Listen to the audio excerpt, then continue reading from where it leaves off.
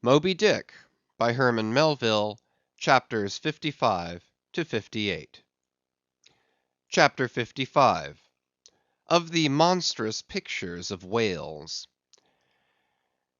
I shall ere long paint to you, as well as one can without canvas, something like the true form of the whale as he actually appears to the eye of the whaleman, when in his own absolute body the whale is moored alongside the whale ship, so that he can be fairly stepped upon there.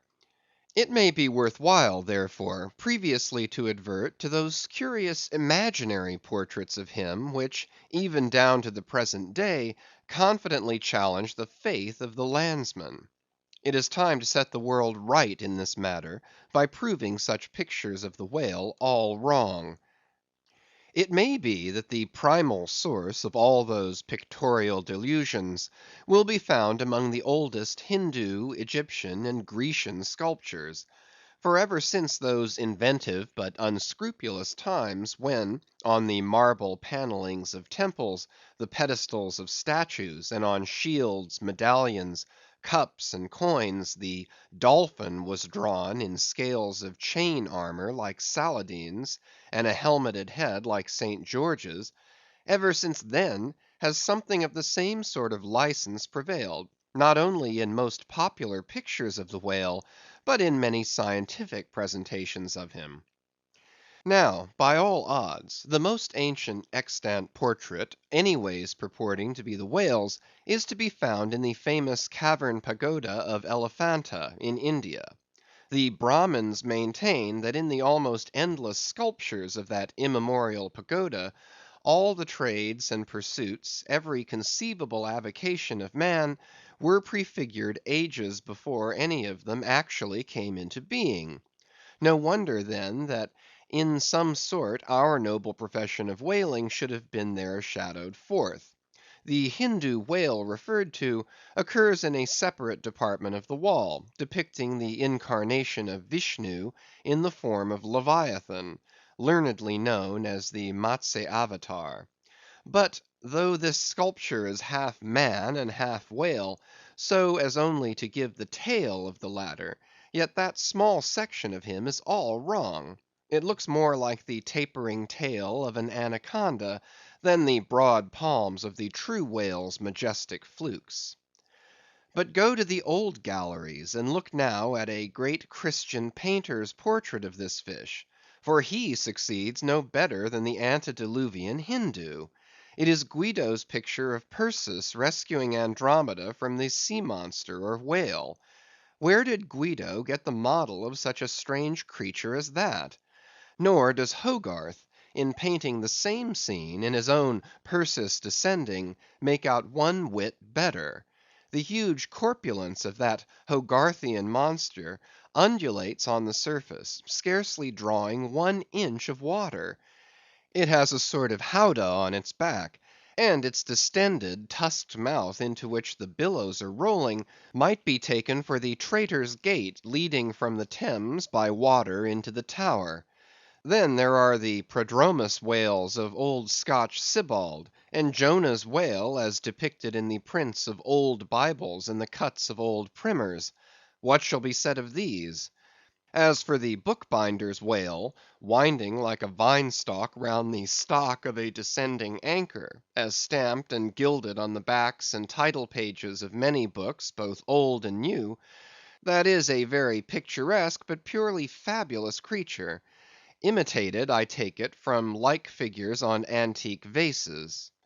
Though universally denominated a dolphin, I nevertheless call this bookbinder's fish an attempt at a whale, because it was so intended when the device was first introduced. It was introduced by an old Italian publisher somewhere about the 15th century, during the revival of learning; and in those days, and even down to a comparatively late period, dolphins were popularly supposed to be a species of the Leviathan. In the vignettes and other embellishments of some ancient books, you will at times meet with very curious touches at the whale, where all manner of spouts, jets d'eau, hot springs and cold, Saratoga and Baden Baden, come bubbling up from his unexhausted brain. In the title page of the original edition of the Advancement of Learning, you will find some curious whales. But quitting all these unprofessional attempts, let us glance at those pictures of Leviathan purporting to be sober, scientific delineations by those who know. In old Harris's collection of voyages, there are some plates of whales extracted from a Dutch book of voyages, A.D. 1671, entitled A Whaling Voyage to Spitzbergen in the ship Jonas and the Whale, Peter Peterson of Friesland, master. In one of those plates, the whales, like great rafts of logs, are represented lying among ice isles, with white bears running over their living backs. In another plate, the prodigious blunder is made of representing the whale with perpendicular flukes. Then again, there is an imposing quarto, written by one Captain Culnet, a post-captain in the English navy, entitled A Voyage round Cape Horn into the South Seas for the purpose of extending the spermaceti whale fisheries. In this book is an outline purporting to be a "picture of a physeter or spermaceti whale, drawn by scale from one killed on the coast of Mexico, August 1793, and hoisted on deck." I doubt not the captain had this veracious picture taken for the benefit of his marines. To mention but one thing about it, let me say that it has an eye which, applied, according to the accompanying scale, to a full grown sperm whale, would make the eye of that whale a bow window some 5 feet long. Ah, my gallant captain, why did ye not give us Jonah looking out of that eye? Nor are the most conscientious compilations of natural history for the benefit of the young and tender free from the same heinousness of mistake. Look at that popular work, Goldsmith's Animated Nature. In the abridged London edition of 1807, there are plates of an alleged whale and a narwhale. I do not wish to seem inelegant, but this unsightly whale looks much like an amputated sow; and as for the narwhale, one glimpse at it is enough to amaze one, that in this 19th century such a hippogriff could be palmed for genuine upon any intelligent public of schoolboys. Then again, in 1825, Bernard Germain, Count de Lacépède, a great naturalist, published a scientific systematized whale book, wherein are several pictures of the different species of the Leviathan. All these are not only incorrect, but the picture of the Mysticetus or Greenland whale, that is to say the right whale, even Scoresby, a long experienced man as touching that species, declares not to have its counterpart in nature. But placing of the cap sheaf to all this blundering business was reserved for the scientific Frederick Cuvier, brother to the famous Baron. In 1836 he published a Natural History of Whales, in which he gives what he calls a picture of the sperm whale. Before showing that picture to any Nantucketer, you had best provide for your summary retreat from Nantucket. In a word, Frederick Cuvier's sperm whale is not a sperm whale, but a squash.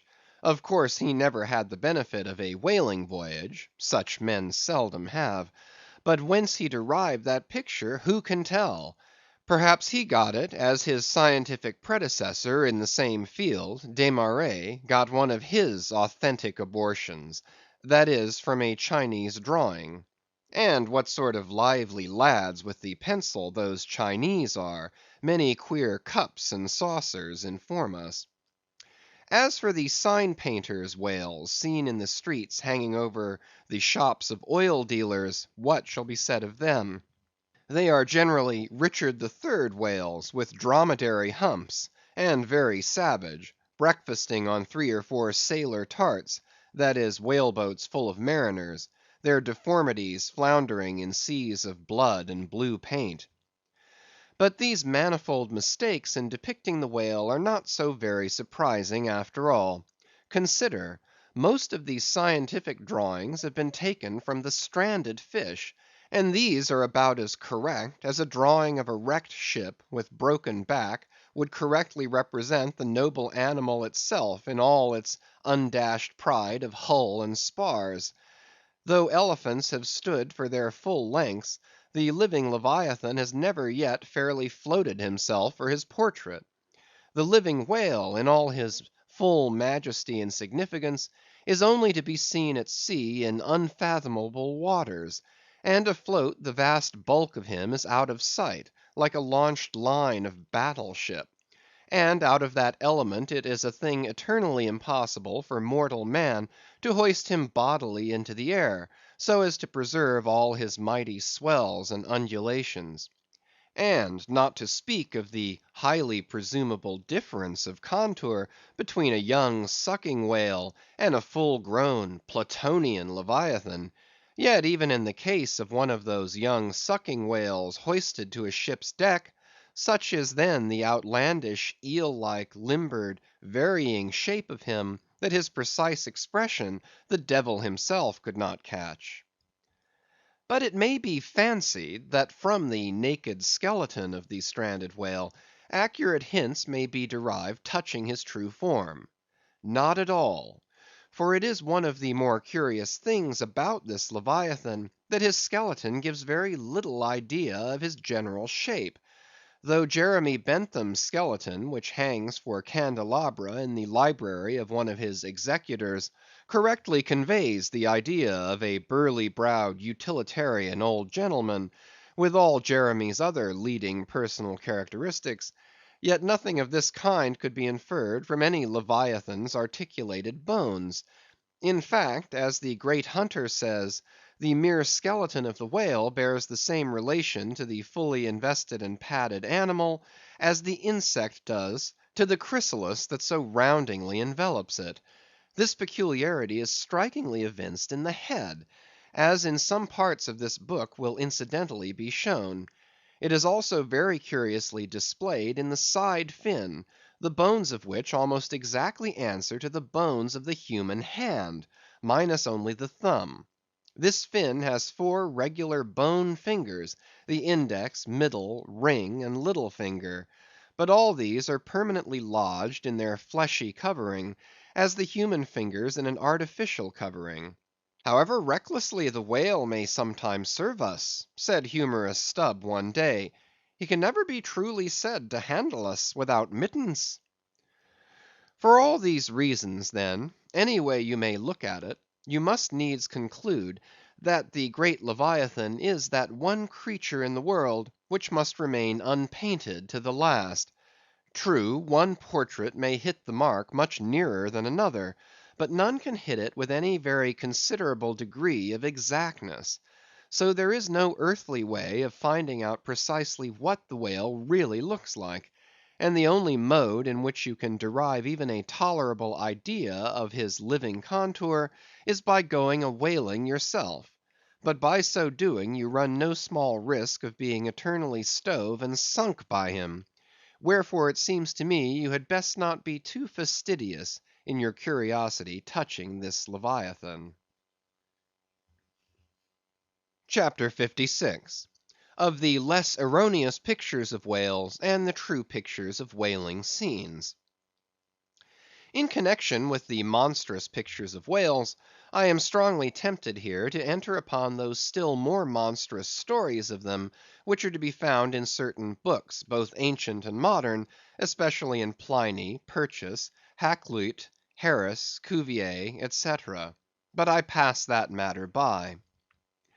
I know of only 4 published outlines of the great sperm whale: Colnett's, Huggins's, Frederick Cuvier's, and Beale's.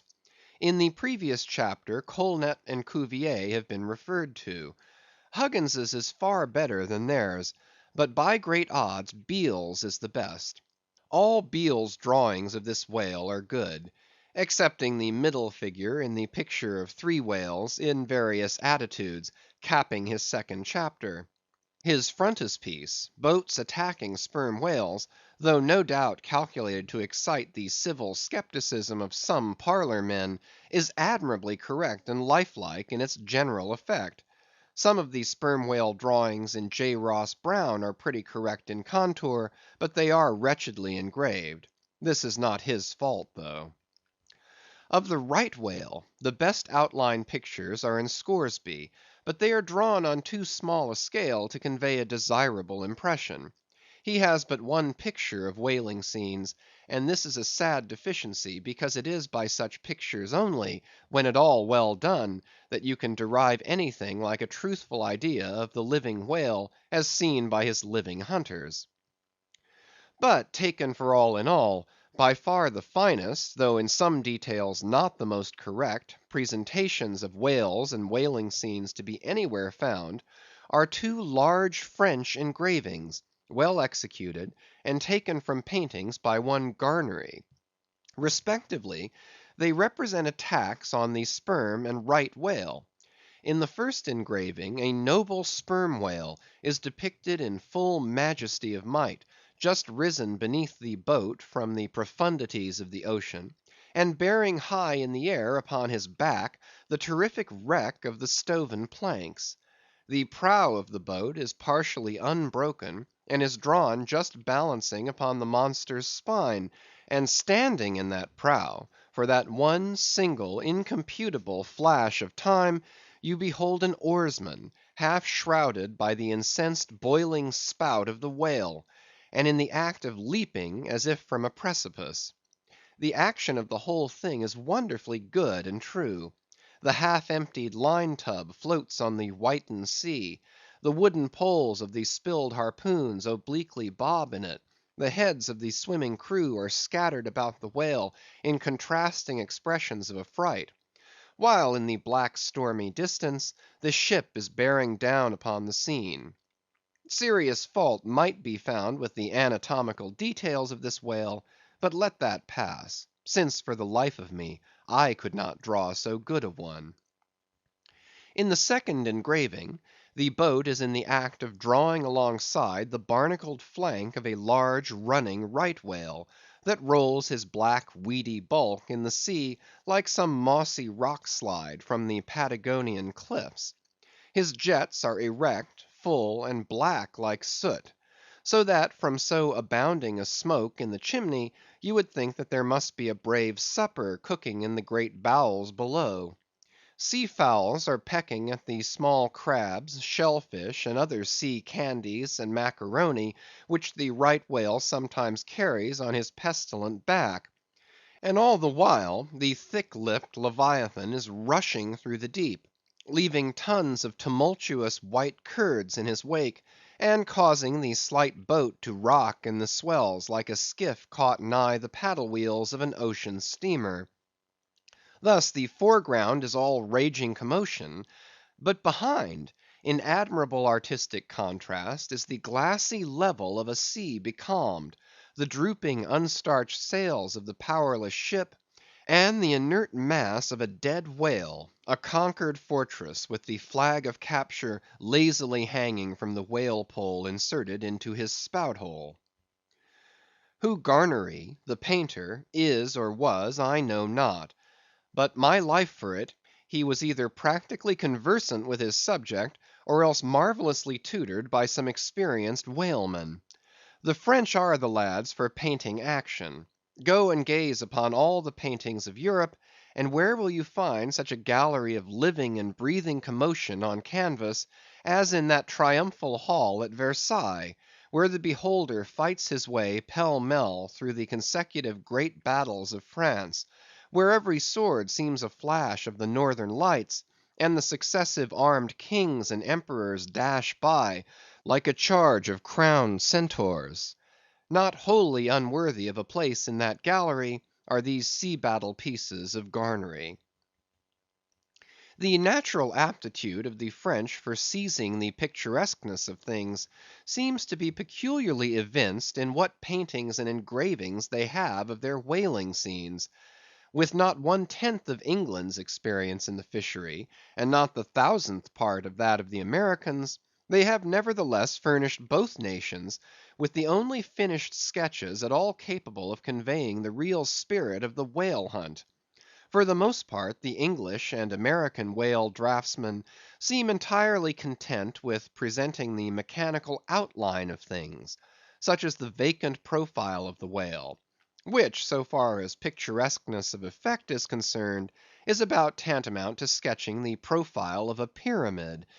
Even Scoresby, the justly renowned right whaleman, after giving us a stiff, full length of the Greenland whale, and 3 or 4 delicate miniatures of narwhales and porpoises, treats us to a series of classical engravings of boat hooks, chopping knives, and grapnels, and, with the microscopic diligence of a Leeuwenhoek, submits to the inspection of a shivering world 96 facsimiles of magnified Arctic snow crystals.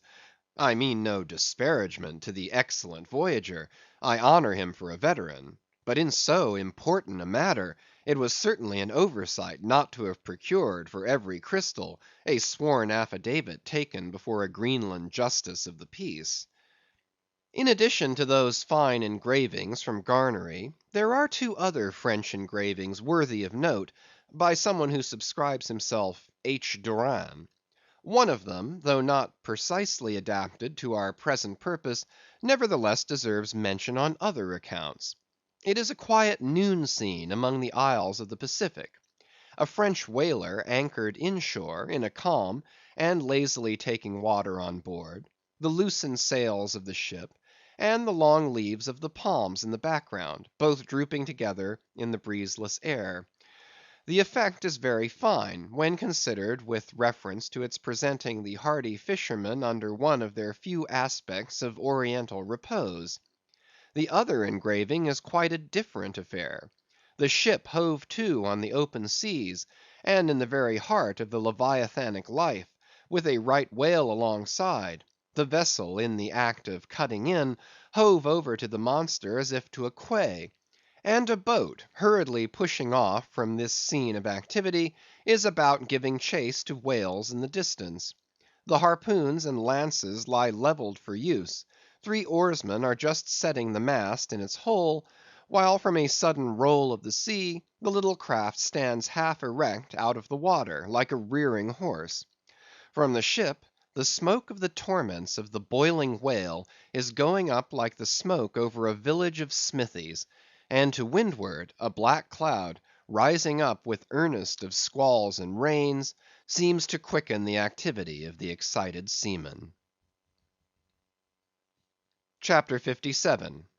Of Whales in paint, in teeth, in wood, in sheet iron, in stone, in mountains, in stars.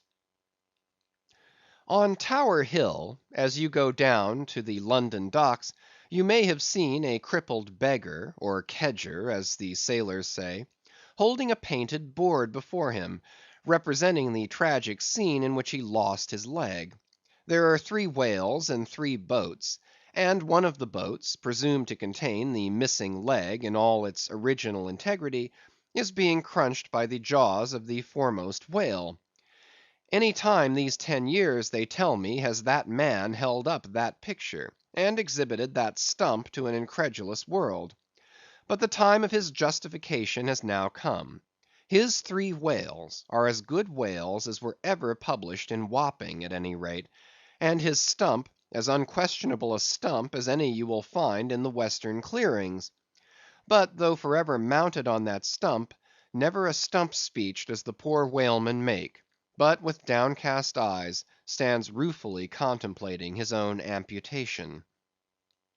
Throughout the Pacific, and also in Nantucket and New Bedford and Sag Harbor, you will come across lively sketches of whales and whaling scenes, graven by the fishermen themselves on sperm whale teeth, or ladies' busks wrought out of the right whalebone, or other like skrimshander articles, as the whalemen call the numerous little ingenious contrivances they elaborately carve out of the rough material in their hours of ocean leisure.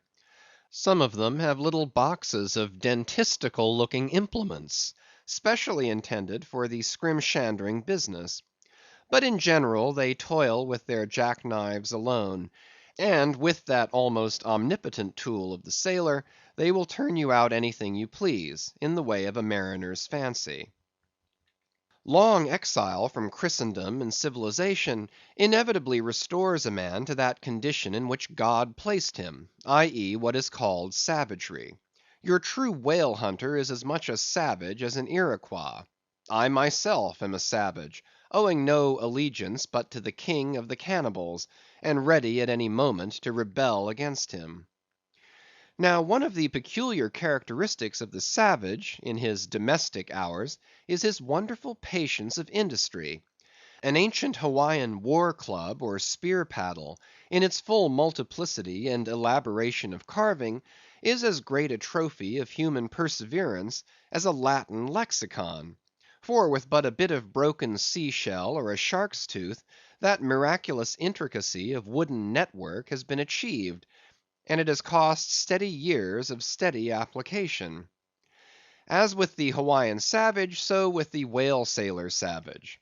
With the same marvellous patience, and with the same single shark's tooth of his one poor jackknife, he will carve you a bit of bone sculpture, not quite as workmanlike, but as close packed in its maziness of design as the Greek savage Achilles' shield, and full of barbaric spirit and suggestiveness as the prints of that fine old Dutch savage, Albrecht Dürer. Wooden whales, or whales cut in profile out of the small dark slabs of the noble South Sea war wood, are frequently met with in the forecastles of American whalers. Some of them are done with much accuracy. At some old gable-roofed country houses you will see brass whales, hung by the tail for knockers to the roadside door. When the porter is sleepy, the anvil-headed whale would be best. But these knocking whales are seldom remarkable as faithful essays. On the spires of some old‐fashioned churches you will see sheet‐iron whales, placed there for weathercocks; but they are so elevated, and besides that are to all intents and purposes so labelled with "hands off," you cannot examine them closely enough to decide upon their merit. In bony, ribby regions of the earth, where at the base of high broken cliffs masses of rock lie strewn in fantastic groupings upon the plain, you will often discover images as of the petrified forms of the Leviathan partly merged in grass, which of a windy day breaks against them in a surf of green surges. Then again, in mountainous countries, where the traveller is continually girdled by amphitheatrical heights, here and there, from some lucky point of view, you will catch passing glimpses of the profiles of whales defined along the undulating ridges; but you must be a thorough whaleman to see these sights; and not only that, but if you wish to return to such a sight again, you must be sure and take the exact intersecting latitude and longitude of your first standpoint; else so chance‐like are such observations of the hills, that your precise previous standpoint would require a laborious rediscovery, like the Saloma Islands, which still remain incognita, though once high‐ruffed Medana trod them, and old Figuera chronicled them. Nor, when expandingly lifted by your subject, can you fail to trace out great whales in the starry heavens, and boats in pursuit of them; as when, long filled with thoughts of war, the Eastern nations saw armies locked in battle among the clouds. Thus at the North have I chased Leviathan round and round the Pole, with the revolutions of the bright points that first defined him to me. And beneath the effulgent Antarctic skies I have boarded the Argo Navis, and joined the chase against the starry Cetus, far beyond the utmost stretch of Hydrus and the flying fish. With a frigate's anchors for my bridle bits, and fasces of harpoons for spurs, would I could mount that whale, and leap the topmost skies, to see whether the fabled heavens, with all their countless tents, really lie encamped beyond my mortal sight. CHAPTER 58. Brit. Steering north-eastward from the Crozetts, we fell in with vast meadows of brit, the minute yellow substance upon which the right whale largely feeds. For leagues and leagues it undulated round us, so that we seemed to be sailing through boundless fields of ripe and golden wheat. On the second day, numbers of right whales were seen, who, secure from the attack of a sperm whaler like the Pequod, with open jaws sluggishly swam through the Brit, which, adhering to the fringing fibres of that wondrous Venetian blind in their mouths, was in that manner separated from the water that escaped at the lip. As morning mowers, who side by side slowly and seethingly advance their scythes through the long wet grass of marshy meads, even so these monsters swam, making a strange grassy cutting sound, and leaving behind them endless swaths of blue upon the yellow sea. That part of the sea known among whalemen as the Brazil Banks does not bear that name as the banks of Newfoundland do, because of there being shallows and soundings there, but because of this remarkable meadow-like appearance, caused by the vast drifts of brit continually floating in those latitudes, where the right whale is often chased. But it was only the sound they made as they parted the brit, which at all reminded one of mowers. Seen from the mastheads, especially when they paused and were stationary for a while, their vast black forms looked more like lifeless masses of rock than anything else; and as in the great hunting countries of India, the stranger at a distance will sometimes pass on the plains recumbent elephants without knowing them to be such, taking them for bare blackened elevations of the soil, even so often for him who for the first time beholds this species of leviathans on the sea. And even when recognized at last, their immense magnitude renders it very hard really to believe that such bulky masses of overgrowth can possibly be instinct in all parts with the same sort of life that lives in a dog or a horse. Indeed, in other respects, you can hardly regard any creatures of the deep with the same feelings that you do of those of the shore. For though some old naturalists have maintained that all creatures of the land are of their kind in the sea, and though taking a broad general view of the thing, this may very well be; yet coming to specialties, where, for example, does the ocean furnish any fish that in disposition answers to the sagacious kindness of the dog? The accursed shark alone can in any generic respect be said to bear comparative analogy to him. But though to landsmen in general the native inhabitants of the seas have ever been regarded with emotions unspeakably unsocial and repelling; though we know the sea to be an everlasting terra incognita, so that Columbus sailed over numberless unknown worlds to discover his one superficial western one; though by vast odds the most terrific of all mortal disasters have immemorially and indiscriminately befallen tens and hundreds of thousands of those who have gone upon the waters; though but a moment's consideration will teach, that however baby man may brag of his science and skill, and however much, in a flattering future, that science and skill may augment, yet forever and forever, to the crack of doom, the sea will insult and murder him, and pulverize the stateliest, stiffest frigate he can make. Nevertheless, by the continual repetition of these very impressions, man has lost that sense of the full awfulness of the sea which aboriginally belongs to it. The first boat we read of floated on an ocean that with Portuguese vengeance had whelmed a whole world without leaving so much as a widow. That same ocean rolls now; that same ocean destroyed the wrecked ships of last year. Yea, foolish mortals, Noah's flood is not yet subsided; 2/3 of the fair world it yet covers. Wherein differ the sea and the land, that a miracle upon one is not a miracle upon the other? Preternatural terrors rested upon the Hebrews, when under the feet of Korah and his company the live ground opened and swallowed them up for ever; yet not a modern sun ever sets but in precisely the same manner the live sea swallows up ships and crews. But not only is the sea such a foe to man who is an alien to it, but it is also a fiend to its own offspring, worse than the Persian host who murdered his own guests, sparing not the creatures which itself hath spawned.